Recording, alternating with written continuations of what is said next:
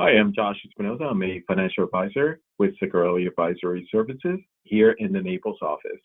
Today, I'm going to talk about beneficiary designations and why they're so important, what you should be looking out for, and suggestions for designating your beneficiaries. So why is this so important? Well, mainly because if your goal is to transfer your assets to your loved ones or a charity, for example, then the last thing you want is for these individuals or entities to have to go through probate if no other estate planning tool has been put in place. Overall, the goal is to avoid probate while making the transition of assets as smooth as possible. One of the most important things we do as financial planners, especially during our initial review and discovery meetings, is to make sure that all of your beneficiaries are up to date. This is done by reviewing and getting confirmation of every account the client owns and not just focusing on the ones we're managing. If you have estate documents in place, we also make sure that they are aligned with your estate planning wishes, since these designations may override any wishes you may have under a will or a trust. At the minimum, you should always have a primary beneficiary in place for every account that allows for designations. But there may be circumstances that invite for the need to have multiple beneficiaries, which can also include different percentages for each. If you have one or a few beneficiaries, then we also suggest adding contingent beneficiaries. Sadly, we've often seen situations where the beneficiaries were not updated due to a divorce, family fallout, or death of an original beneficiary, etc. And the assets end up going to individuals we did not intend them to. This can also create legal issues with your surviving heirs that could have easily been avoided. For our existing clients, we create what is called a beneficiary summary letter log, which lists all of the accounts a client can have beneficiaries for and who is named.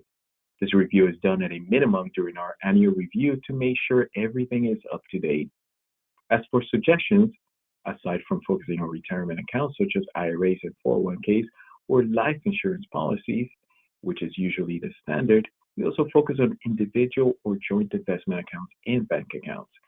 For non-retirement investment accounts, we suggest what is called a transfer on death designation, or TOD, which is the equivalent of adding a beneficiary designation to a retirement account.